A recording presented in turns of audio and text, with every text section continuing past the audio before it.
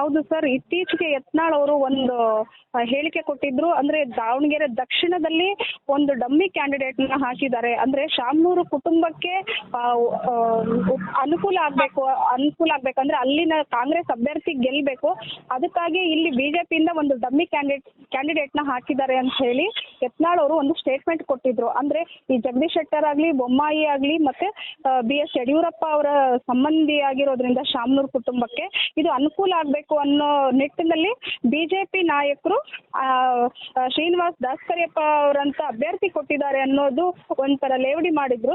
ಆದ್ರೆ ಇದಕ್ಕೆ ವಿಜಯೇಂದ್ರ ಅವರು ಇವತ್ತು ಒಂದು ತಿರುಗೇಟ್ ಕೊಟ್ಟಿದ್ದಾರೆ. ಅಂದ್ರೆ ಇಲ್ಲಿ ನಾನೊಬ್ಬ ರಾಜ್ಯಾಧ್ಯಕ್ಷನಾಗಿರೋದ್ರಿಂದ ಯಾವತ್ತು ಬೇಜವಾಬ್ದಾರಿತನದಿಂದ ನಾನು ನಡ್ಕೊಳ್ಳೋದಕ್ಕಾಗೋದಿಲ್ಲ. ಇಲ್ಲಿ ಕಾಯಕವಿಲ್ಲದವರ ಕೊಂಕು ನುಡಿಗೆ ತಲೆ ಕೆಡಿಸ್ಕೊಳ್ಳೋ ಅಂಥದ್ದು ನಾನು ಹಿರಿಯರ ಮಾತೇನಿದೆಯೋ ಆ ಥರ ನಾನು ತಲೆ ಕೆಡಿಸ್ಕೊಳ್ಳೋ ಅಂಥದ್ದಲ್ಲ ಅಂತೇಳಿ ಅವರು ಮಾರ್ಮಿಕವಾಗಿ ಒಂದು ತಿರುಗೇಟ್ ಕೊಟ್ಟಿದ್ದಾರೆ ಯತ್ನಾಳ್ ಅವ್ರಿಗೆ.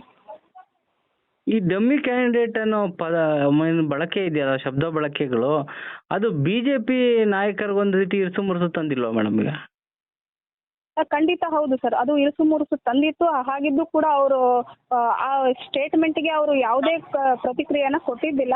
ಆದ್ರೆ ಇವತ್ತು ಪತ್ರಕರ್ತರು ಆ ಬಗ್ಗೆ ಪ್ರಶ್ನೆ ಮಾಡಿದ್ದಕ್ಕೆ ದಾವಣಗೆರೆಯಲ್ಲಿ ವಿಜಯೇಂದ್ರ ಅವರು ಒಂದು ತಿರುಗೇಟ್ನ ಕೊಟ್ಟಿದ್ದಾರೆ. ಅಂದ್ರೆ ಕಾಯಕವಿಲ್ಲದವರ ಮಾತಿಗೆಲ್ಲ ನಾವು ತಲೆ ಕೆಡಿಸ್ಕೊಳ್ಳಲ್ಲ ಅಂತಾನೆ ಅವರು ಪರೋಕ್ಷವಾಗಿ ಯತ್ನಾಳ್ ಹೇಳಿಕೆಗೆ ಅವರು ಸ್ಟೇಟ್ಮೆಂಟ್ ಕೊಟ್ಟಿದ್ದಾರೆ ಸರ್. ಮೇಡಮ್, ಇದು ಬಿಜೆಪಿ ಅವ್ರದ್ದಾಯ್ತು. ಈಗ ಆ ಮೂಲಕ ಅವರು ತಮ್ಮ ಅಭ್ಯರ್ಥಿನ ಸಮರ್ಥಿಸಿಕೊಂಡಿದ್ದಾರೆ ಇಲ್ಲಿ. ಈಗ ಬಿಜೆಪಿ ನಾಯಕರದು ಇದಾದ್ರೆ ಕತೆ ಆದ್ರೆ, ಈಗ ಕಾಂಗ್ರೆಸ್ನಲ್ಲಿ ಏನೋ ಪ್ರದೀಪ್ ಈಶ್ವರು ಕೆಲವೊಂದು ಘಟಾನುಘಟಿ ನಾಯಕರೆಲ್ಲ ಬಂದು ಹೋದ ಮೇಲೆ ಅವ್ರದ್ದು ಒಂದ್ ಸ್ವಲ್ಪ ನಾಯಕರ ವಾಕ್ಸಮರ ಅನ್ನೋದು ಮತ್ತೆ ಜೋರಾಗಿದ್ಯಾ ಅಂತ ಕಾಂಗ್ರೆಸ್ ಬಿಜೆಪಿ ನಾಯಕರ ಮಧ್ಯೆ? ಹೌದು ಸರ್, ಖಂಡಿತ. ಶಾಸಕ ಪ್ರದೀಪ್ ಈಶ್ವರ್ ಅವರು ಏನ್ ಬಂದಿದ್ರು ನಾಮಪತ್ರ ಸಲ್ಲಿಕೆ ವೇಳೆ, ಆ ಸಮಯದಲ್ಲಿ ಒಂದು ಅವಹೇಳನಕಾರಿಯಾಗಿ ಅವರು ಮಾತನಾಡಿದ್ರು. ಅದಕ್ಕಾಗಿ ಇಲ್ಲಿನ ಅಜಯ್ ಕುಮಾರ್ ಅವರು ಒಂದು ಸವಾಲ್ ಹಾಕಿದ್ರು, ದಾವಣಗೆರೆಗೆ ಅದು ಹೇಗ್ ಬರ್ತೀವೋ ಬಾ ನೀನು ತಾಕತ್ತಿದ್ರೆ ಅಂತ ಹೇಳಿ.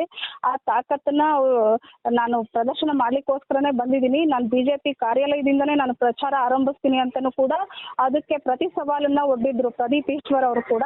ಅದೇ ರೀತಿ ಅವರು ನಿನ್ನೆ ಏನು ಶನಿವಾರ ದಾವಣಗೆರೆಗೆ ಆಗಮಿಸಿದ್ರು, ಆಗ ಅವರು ಅದೇ ಬಿಜೆಪಿ ಕಾರ್ಯಾಲಯದ ಮುಂದೆನೆ ಅವರು ಪ್ರಚಾರ ಕಾರ್ಯನ ಆರಂಭಿಸಿದ್ರು. ಆಗ ಬಿಜೆಪಿ ಅವರು ಅವರಿಗೆ ಚಪ್ಪಲಿ ಮತ್ತೆ ಪೊರಕೆಯನ್ನ ತೋರಿಸಿ ಅವರು ಆಕ್ರೋಶ ವ್ಯಕ್ತಪಡಿಸಿದ್ರು. ಅದಕ್ಕೆ ಪ್ರದೀಪ್ ಈಶ್ವರ್ ಕೂಡ ತಿರುಗೇಟು ಕೊಟ್ಟರು, ಇದು ಬಿಜೆಪಿ ಸಂಸ್ಕೃತಿ ಅಂತ ಹೇಳ್ಬಿಟ್ಟು. ಆದ್ರೆ ಬಿಜೆಪಿ ಅವರು ತಾವು ಮಾಡಿದ್ದನ್ನ ಅವರು ಸಮರ್ಥಿಸ್ಕೊಂಡಿದ್ದಾರೆ. ಒಬ್ಬ ಶಾಸಕರಾಗಿ ಬಿಜೆಪಿ ವಿರುದ್ಧ ಈ ತರದ್ದೆಲ್ಲ ಸ್ಟೇಟ್ಮೆಂಟ್ ಕೊಡ್ತಾರೆ. ಅಲ್ಪಸಂಖ್ಯಾತ ಮಹಿಳೆಯರ ವಿರುದ್ಧ ಪ್ರದೀಪ್ ಈಶ್ವರ್ ಅವಹೇಳನಕಾರಿಯಾಗಿ ಮಾತಾಡ್ತಾರೆ. ನಾವು ಅವ್ರಿಗೆ ಮಾಡಿರೋದು ಸರಿ ಇದೆ ಅನ್ನೋದೇ ಸಮರ್ಥನೆ ಮಾಡ್ಕೊಳ್ತಾ ಇದ್ದಾರೆ ಬಿಜೆಪಿ ಅವರು. ಮ್ಯಾಮ್, ಈಗ ಬಿಜೆಪಿ ನಾಯಕರ ಬಗ್ಗೆ ಅಪ್ಡೇಟ್ ಕೊಟ್ರಿ, ಕಾಂಗ್ರೆಸ್ ನಾಯಕರ ಬಗ್ಗೆ ಅಪ್ಡೇಟ್ ಕೊಟ್ರಿ. ಈಗ ಪಕ್ಷೇತರ ಅಭ್ಯರ್ಥಿಯಾಗಿ ಸಾದಿಕ್ ಪೈಲ್ವಾನ್ ಅವರು ಈಗಲೂ ಕೂಡ ಕಣದಲ್ಲಿದ್ದಾರೆ. ಅಂದ್ರೆ ಕಾಂಗ್ರೆಸ್ ಬಂಡಾಯ ಅಭ್ಯರ್ಥಿ ಆದ್ರೂ ಕೂಡ ಈಗ ಸಾದಿಕ್ ಪೈಲ್ವಾನ್ ಅವ್ರಿಗೆ ಚುನಾವಣಾ ಆಯೋಗದಿಂದ ಮೈಕ್ ಚಿಹ್ನೆ ಸಿಕ್ಕಿದೆ ಅನ್ನೋ ಒಂದು ಮಾಹಿತಿ ಇದೆ. ಈಗ ಸಾದಿಕ್ ಪೈಲ್ವಾನ್ ಅವರು ಮೈಕ್ ಚಿಹ್ನೆಗೋಸ್ಕರ ಮತ ಕೇಳ್ತಾರ ಅಥವಾ ಕಾಂಗ್ರೆಸ್ಗೆ ಮತ ಹಾಕಿ ಅಂತ ಅದೇ ಮೈಕ್ ನ ಬಳಸ್ಕೊಂತಾರ ಮೇಡಮ್? ಅದೇ ಏನೋ ಸಾದಿಕ್ ಪೈಲ್ವಾನ್ ಅವರು ಒಂದು ಬಂಡಾಯ ಅಭ್ಯರ್ಥಿಯಾಗಿ ಕಾಂಗ್ರೆಸ್ಸಿಗೆ ಒಂದ್ ರೀತಿ ಮುಳ್ಳಾಗ್ಲಿದ್ದಾರೆ ಅಂತಾನೆ ಅಂದಾಜು ಮಾಡಲಾಗಿತ್ತು ಸರ್. ಆದ್ರೆ ಅವರು ಅದು ಯಾವ ಬೇಡಿಕೆ ಅವ್ರದ್ದು ಈಡೇರಿದೆಯೋ ಗೊತ್ತಿಲ್ಲ. ಬಟ್ ಅವರು ತಮ್ಮ ಕಣದಿಂದ ಹಿಂದೆ ಸರಿದಿದ್ದಾರೆ. ಅವರು ನಮ್ಮ ಯಾವುದೂ ಬೇಡಿಕೆ ಇಲ್ದೇನೆ ನಾನು ಕಾಂಗ್ರೆಸ್ಸಿಗೆ ಬೆಂಬಲಿಸಿದ್ದೀನಿ, ಅಂದ್ರೆ ಒಂದು ಕೋಮುವಾದಿ ಪಕ್ಷ ಇಲ್ಲಿ ಗೆಲ್ಲಬಾರದು ಅನ್ನೋದೇ ನಮ್ಮ ಮುಖ್ಯ ಒತ್ತಾಯ. ಅದೇ ಕಾರಣಕ್ಕೋಸ್ಕರನೇ ನಾನು ಕಣದಿಂದ ಹಿಂದೆ ಸರಿದಿದ್ದೀನಿ ಅಂತಾನೆ ಸಾದಿಕ್ ಪೈಲ್ವಾನ್ ಅವರು ಹೇಳಿದ್ದಾರೆ. ಅವರು ಪೂರ್ಣ ಪ್ರಮಾಣದಲ್ಲಿ ಕಾಂಗ್ರೆಸ್ಗೆ ಬೆಂಬಲ ಕೊಟ್ಟಿದ್ದಾರೆ. ಮೇಡಮ್, ಇವತ್ತು ಭಾನುವಾರ ಬಿಸಿಲು ಕೂಡ ಜಾಸ್ತಿ ಇದೆ ದಾವಣಗೆರೆಯಲ್ಲಿ. ಇದ್ರ ನಡುವೆ ಎರಡೂ ರಾಜಕೀಯ ಪಕ್ಷಗಳ ಕಾರ್ಯಕರ್ತರು ನಾಯಕರ ಬಿರುಸಿನ ಓಡಾಟ ಹೇಗಿದೆ ಇವತ್ತು ಭಾನುವಾರ?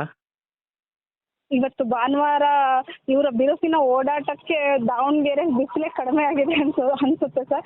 ಇವತ್ತು ಯಾಕೋ ಮೋಡ ಕವಿದ ವಾತಾವರಣ ನಿರ್ಮಾಣ ಆಗಿದೆ.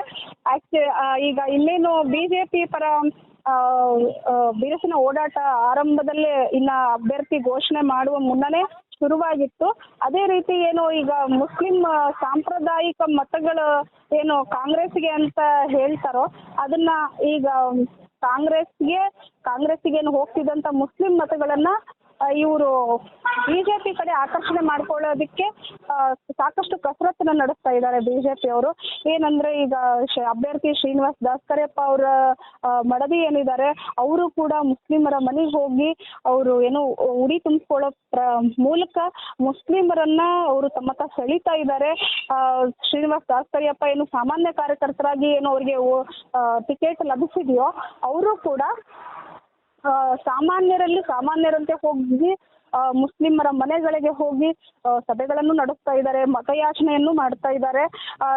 ಅವ್ರಿಗೆ ಕೂಡ ಬಿಜೆಪಿಗೆ ಕೂಡ ಒಂದು ಒಳ್ಳೆ ರೆಸ್ಪಾನ್ಸ್ ಶುರುವಾಗಿದೆ ಮುಸ್ಲಿಮರಿಂದ. ಯಾಕೆಂದ್ರೆ ಈ 30 ವರ್ಷ ಏನು ದಕ್ಷಿಣದಲ್ಲಿ ಅಭಿವೃದ್ಧಿ ಕಾರ್ಯಗಳು ಏನಾಗಿಲ್ವೋ ಇದನ್ನೇ ಮುಂದಿಟ್ಕೊಂಡು ಬಿಜೆಪಿ ಅವರು ಮತಗಳನ್ನ ಯಾಚಿಸ್ತಾ ಇದ್ದಾರೆ. ಇನ್ನು ಕಾಂಗ್ರೆಸ್ನವರು ಕೂಡ ಅವ್ರದ್ದು ಬಿರುಸಿನ ಓಡಾಟ ನಡೀತಾ ಇದೆ. ಅವರ ತಾಯಿ ಸಂಸದೆ ಏನು ಅಭ್ಯರ್ಥಿ ಸಮರ್ಥ ಶಾಮನೂರ್ ಅವರ ತಾಯಿ ಸಂಸದೆ ಪ್ರಭಾ ಮಲ್ಲಿಕಾರ್ಜುನ್ ಅವರೊಂದಿಗೆ ಕೂಡ ಸಮರ್ಥ ಶಾಮನೂರ್ ಅವರು ಪ್ರಚಾರ ಕಾರ್ಯ ಆರಂಭಿಸಿದ್ದಾರೆ. ಅವರ ಮುಖಂಡರು ನೂರಾರು ಸಂಖ್ಯೆಯಲ್ಲಿ ಕೂಡ ಅವರು ಮತಬೇಟೆಗೆ ಇಳಿದಿದ್ದಾರೆ. ಈಗ ಸಾದಿಕ್ ಪೈಲ್ವಾನ್ ಅವರ ಬಂಡಾಯನ ಶಮನಗೊಳಿಸಿದ ಮೇಲೆ ಈಗ ಸಿಎಂ ಸಿದ್ದರಾಮಯ್ಯನವರು ಕೂಡ ಉಪಚುನಾವಣೆ ಕಡೆಗೆ ಮುಖ ಹಾಕ್ತಿದ್ದಾರೆ.